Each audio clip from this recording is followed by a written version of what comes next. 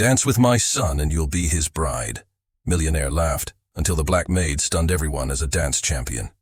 Comment below from which city you're watching, and hit the subscribe button if you like the video.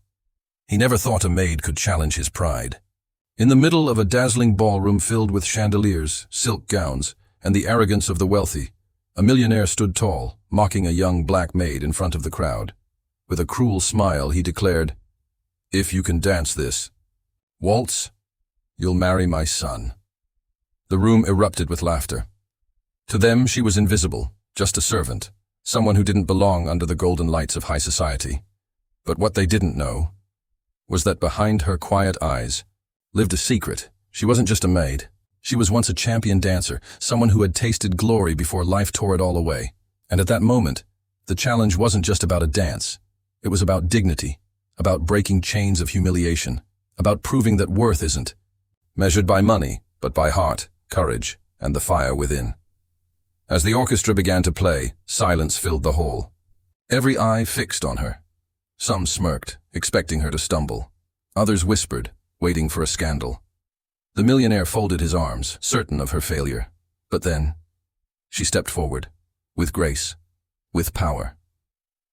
With every move, she told a story of struggle, of pain, of resilience. The ballroom that once mocked her now froze in disbelief. The waltz wasn't just a dance anymore. It was a battle she refused to lose. The crowd gasped. The son's eyes widened. And the millionaire? His mocking laughter turned to silence as the truth unfolded before him. What happened that night would change everything, not just for her, but for the family that once looked down on her. So here's the question. When the maid became the queen of the dance floor, what did the millionaire do next? Stay with me, because this story will leave you breathless. The ballroom was alive with glittering light. Crystal chandeliers swayed gently above, catching reflections from 1,000 jewels worn by the city's wealthiest elite. The night was meant to dazzle. An extravagant charity gala hosted in the sprawling estate of Charles Beaumont, a man whose fortune was whispered about in every corner of high society. He was tall, broad-shouldered, with a stern face that rarely softened into a smile. People said Beaumont had built his empire from ruthless ambition and arrogance, and tonight, he seemed determined to show the world that his power reached beyond wealth. It reached into control. By his side stood his only son, Alexander.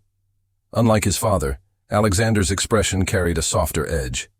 He was young, in his mid-20s, handsome but modest in demeanor. Many of the women at the gala whispered about him, but Alexander seemed distant, uninterested in the swirling games of wealth and status around him. He carried himself with the polite restraint of someone used to being overshadowed by a domineering father. And then, somewhere at the edge of the glittering hall, unseen by most, moved Evelyn. She wore a plain uniform, a black maid's dress with a white apron, her hair neatly tied back. To the wealthy guests, she was invisible, just another servant tasked with carrying trays, pouring drinks, and sweeping quietly past conversations that dripped with condescension. Yet behind Evelyn's composed exterior lay a world few could guess. Evelyn wasn't born into servitude. Years ago, before tragedy unraveled her path, she had stood on stages far brighter than this ballroom. She had known the rhythm of applause, the taste of victory, the music of her own triumph. For she had once been a dancer, a champion whose talent had dazzled crowds. But life has a cruel way of stripping away glory. A sudden loss, debts she could not repay, responsibilities that crushed her dreams. All had brought her here, to this house, wearing the uniform of a maid. Still, Evelyn carried herself with quiet dignity. Every graceful step she took, even when balancing trays, carried the echoes of her past life. And sometimes, when no one watched, she would move to the rhythm of songs only she could hear, her body remembering the language of dance, even if the world had forgotten. The Beaumont household had noticed her only in fragments. To Charles, she was nothing more than help, necessary but unworthy of a second glance. To Alexander, however, there was something different. He had noticed the poise in her steps, the way her eyes carried stories untold. Though they rarely spoke, he felt a strange pull, a curiosity he couldn't explain, but in high society, boundaries were rigid, and Alexander knew better than to cross them. His father was clear. Alliances were forged through wealth, not through whims of the heart. And if Charles Beaumont had his way, Alexander would marry into another family of equal fortune. That evening, as the gala swelled with music and laughter, the divide between these worlds, the glittering elite and the silent help, seemed sharper than ever. Evelyn moved between the tables, balancing trays as her eyes occasionally wandered to the dance floor. The orchestra had begun a waltz, and couples twirled in perfect rhythm. The women's gowns flowed like rivers of silk, their jewels sparkling with each turn. Evelyn paused for the briefest moment, her heart aching with memory. She remembered what it felt like to glide across polished floors, to be lost in music, to hear gasps of admiration instead of whispers of mockery. And it was in that fleeting moment that Charles Beaumont noticed her. Perhaps it was her stillness, her gaze that lingered too long on the dancers, or perhaps he simply needed an audience for his arrogance. Whatever the reason, his sharp eyes locked onto the maid who seemed to forget her place. He called for silence with a clap of his hands. The music softened, the crowd turned, and Evelyn, startled, realized too late that all eyes were shifting toward her. With a mocking grin curling at his lips, Charles spoke loudly enough for the entire hall to hear. "You there?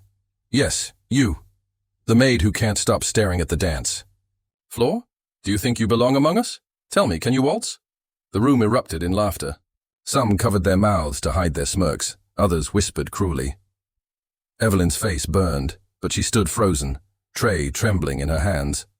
Charles continued, his voice dripping with mockery. "If you can dance this waltz tonight, then you shall marry my son." Gasps filled the room. Alexander's face turned pale, shock flashing in his eyes. The crowd roared with laughter again, treating the cruel suggestion as entertainment. To them, it was a joke, a way to humiliate the maid, to remind her of her place. But inside Evelyn, something stirred, something fierce, something unbroken. For though the world saw only a maid, Evelyn still carried the soul of a dancer.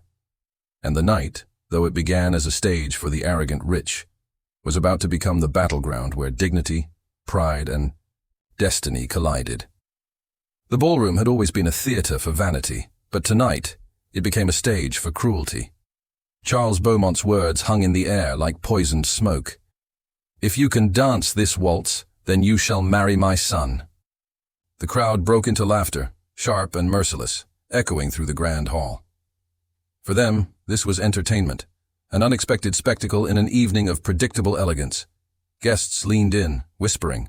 Some smirked, others outright mocked Evelyn, their jeweled hands covering their mouths as if savoring the humiliation. Evelyn stood frozen, the silver tray trembling in her grip. A glass tipped slightly, spilling wine down her wrist. But she didn't move. Her chest tightened with shame, her breath quick and shallow. The uniform she wore suddenly felt like chains wrapped around her body, pulling her down, branding her as less. Alexander's eyes darted toward his father. "Father, this isn't," he began. But Charles silenced him with a wave of his hand. The older man's smirk widened. "What's the matter, boy? Afraid of a little dance? Or perhaps—" He turned his gaze back to Evelyn. "You're afraid she might not even know her left foot from her right." More laughter erupted. For a moment, Evelyn wanted to disappear, to melt into the shadows, to let the laughter swallow her whole and forget she was ever there. But something inside her, something buried deep, long forgotten, began to stir. It was the echo of applause she once knew, the rhythm of music she once commanded, the fire of pride that had not died despite years of silence. Her trembling slowed. Her shoulders straightened. Slowly, she lowered the tray to a passing servant, ignoring the whispers, ignoring the laughter that pressed on her like suffocating weight. She stepped forward, the sound of her shoes clicking against marble echoing louder than the orchestra itself. The crowd hushed. Charles raised an eyebrow, amused. "Well, do you accept the challenge?" Evelyn's voice, though quiet, carried a strength that silenced even the cruelest smiles. "I accept." Gasps rippled through the hall. The orchestra fell silent. Alexander's heart hammered in his chest. torn between admiration and dread. He knew his father had intended this as mockery, a spectacle to degrade. But what if Evelyn failed? What if she stumbled and gave them exactly what they wanted? The humiliation would be unbearable. But what if she didn't fail? Charles leaned back, satisfied, his smirk returning. Very well then, let's see if the maid can dance with the wolves. The conductor lifted his baton. The first notes of the waltz filled the air, soft, graceful, commanding. The ballroom floor cleared as eyes locked onto Evelyn. She stood, alone in the center, the glow of chandeliers spilling onto her like a spotlight. Her heart pounded in rhythm with the music, but she did not falter. She closed her eyes. And when she opened them, she was no longer Evelyn the maid. She was Evelyn the dancer, the champion the world had forgotten. Her first step was deliberate, strong, her posture flawless. Gasps rose from the audience as she glided across the floor, with precision. Each movement was a declaration. I am not what you think I am. I am more. The crowd leaned forward, whispers shifting from ridicule to awe. Dresses rustled as women clutched pearls, men lowered their glasses mid-sip. Evelyn's body told a story they could not look away from. Charles's smirk wavered. Alexander, unable to remain a spectator, suddenly stepped forward. Miss Evelyn, he said, offering his hand. His voice carried a gentleness that contrasted sharply with his father's mockery. May I? For a moment, Evelyn hesitated. She had spent years unseen, ignored, humiliated. But now, before the world, the millionaire's son was extending his hand, not out of pity, but out of recognition. She took it. The crowd erupted in murmurs. Charles's face tightened, but he did not intervene. And then, they danced. Alexander moved with grace, but it was Evelyn who led without leading. Every turn, every spin, every glide seemed to bend the air around them. She was the storm at the center of the ballroom, and Alexander followed with respect, his eyes never leaving hers. The music swelled. The tempo quickened. Evelyn's movements grew more daring, her gownless figure cutting through the air with elegance that rivaled every jewel in the room. The crowd, once amused, now sat breathless, transfixed by the spectacle. But Charles Beaumont was not a man who surrendered easily. His pride, his reputation, his control, everything was on the line in that moment. The room was no longer laughing. They were admiring her. His voice cut through the music like a blade. Impressive for a maid. But let us see if... You can keep up, he signaled the conductor. The orchestra shifted. The waltz twisted into a sharper, faster variation. The tempo doubled, the notes leaping higher, daring the dancers to stumble. The crowd gasped at the sudden change. This was no longer a simple waltz. It was a trial by fire. Evelyn's pulse raced. For a heartbeat, doubt flickered. Could she keep pace? Could she withstand this public gauntlet designed to break her? She inhaled. And then, she soared. Her feet moved faster, her spins sharper, her steps a blur of practiced perfection. Each beat was a battle, and she won them all. Alexander, though struggling, trusted her rhythm, letting her guide their dance. The crowd erupted in applause. For the first time, people were not laughing at her, they were cheering. Shouts of astonishment echoed as Evelyn leaped into a spin, her skirt flaring, her body cutting lines of impossible elegance through the air. The ballroom shook with energy, and yet, just as victory seemed near, the unthinkable happened. The heel of Evelyn's shoe caught the edge of the marble floor. Her ankle twisted. She stumbled. Gasps exploded from the crowd. A tray clattered in the distance as servants froze. For a fraction of a second, the humiliation Charles had prayed for seemed inevitable. But Evelyn did not fall.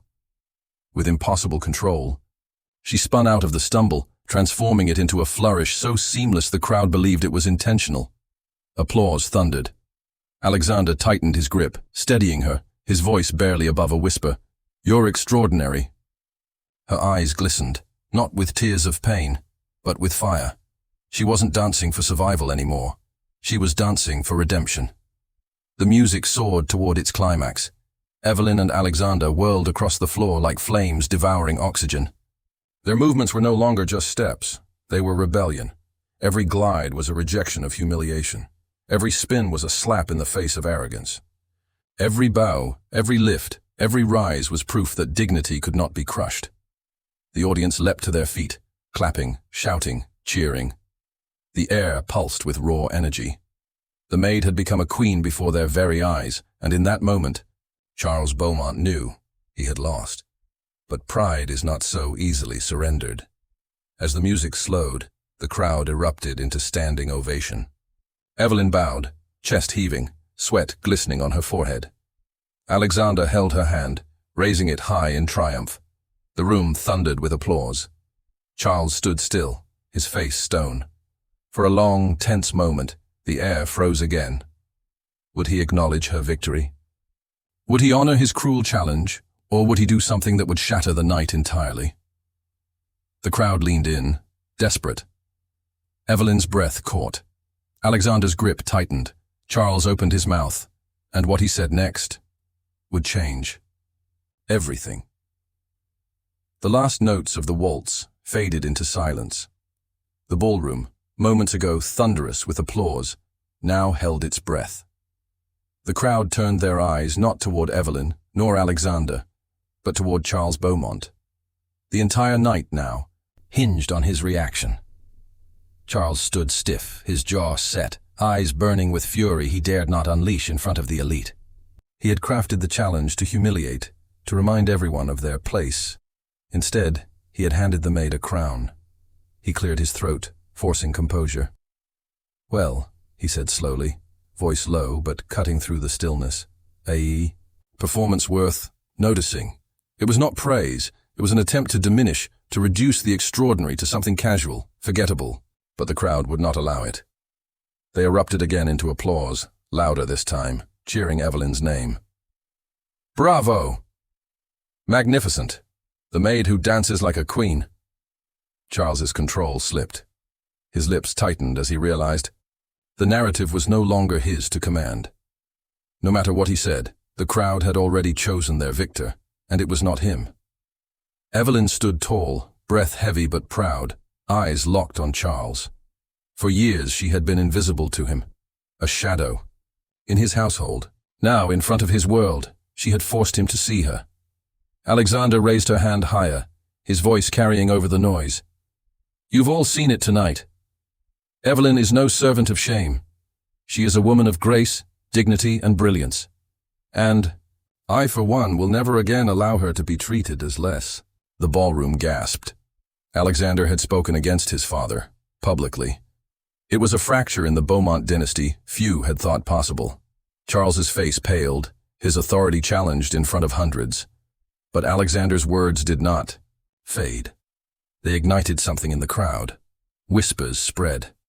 If the heir to the Beaumont fortune could stand beside a maid, what did that mean for their rigid hierarchies? What did that mean for the invisible faces who carried their trays, polished their shoes, cleaned their floors? For Evelyn, the applause was no longer just for her dance, it was for what she represented. Charles tried once more to regain footing. "Enough of this nonsense," he snapped, his voice trembling with suppressed rage. "A maid is a maid. Let us not pretend." But the crowd booed him.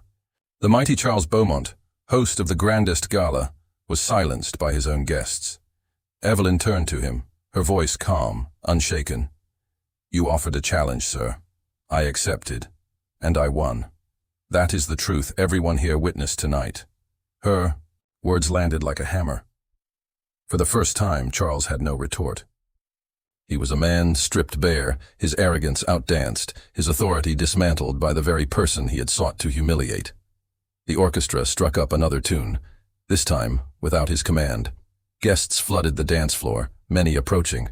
Evelyn to congratulate her, to ask for a dance, to simply bask in the presence of the woman who had stolen the night.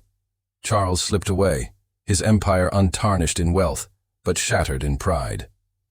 And though he would never admit it aloud, he would never again underestimate the strength of the quiet ones, the invisible ones, the ones he thought beneath him. In the days that followed, whispers of the event spread like wildfire. Newspapers carried the tale of the waltzing maid, some mocking, others admiring. For the wealthy elite, it became a story to retell at dinner parties. But for the common folk, the workers, the overlooked, the unseen, it was a story of triumph. Spark of hope, Evelyn's life changed almost overnight. Strangers stopped her in the street, praising her courage. Formerly silent servants approached her with tears in their eyes, whispering, "You danced for all of us." Alexander, too, changed. No longer could he retreat into silence, hiding in his father's shadow. That night had forced him to choose, and he had chosen dignity, not wealth, compassion, not pride. His bond with Evelyn grew, not from scandal, but from shared respect. They spent hours speaking quietly, laughing, planning, dreaming, but with admiration came scrutiny. There were those who saw Evelyn as a threat, who whispered that she had embarrassed the Beaumont family, who feared what her presence might mean for their carefully guarded social walls. Charles especially remained bitter, his pride wounded, beyond repair. He avoided Evelyn, refused to speak of the night, but his silence was admission enough. Still, no power of his could erase what had been seen. No wealth of his could buy back the respect Evelyn had earned. Months later, the grand ballroom that once mocked her invited Evelyn back, not as a servant, but as a guest of honor. Dance academies requested her presence, charities asked her to speak, and children from humble beginnings looked to her as proof that greatness is not born of fortune, but of spirit. And what of Alexander? He walked beside her, no longer just the son of a millionaire, but a man who had chosen courage over compliance. Their closeness blossomed, their story whispered, as a romance that crossed boundaries society had once called unbreakable. Charles never forgave easily, but even he, in his quiet, stubborn way, was changed. His household shifted. His servants no longer trembled quite as much, no longer felt quite as invisible. For deep down, even the most arrogant cannot deny the truth when it dances before their very eyes. The night Evelyn stepped onto that ballroom floor, she was not just dancing a waltz. She was reclaiming her worth. She was telling the world that dignity cannot be mocked, that greatness can wear rags as easily as gowns, that the invisible hold power waiting to be seen, and the impact reached far beyond her own life. She inspired the overlooked to stand taller. She reminded the arrogant that pride has limits, and she showed Alexander that love, respect, and courage are worth more than any empire of gold. Because in the end, the dance was never about marriage, or humiliation, or even victory. It was about transformation. And Evelyn, the maid who became a queen for one night, transformed not just herself, but everyone who watched her. So remember this: the world may laugh, the powerful may mock, but if you carry grace, courage, and dignity within you, one day when the spotlight finds you, you too will leave them breathless.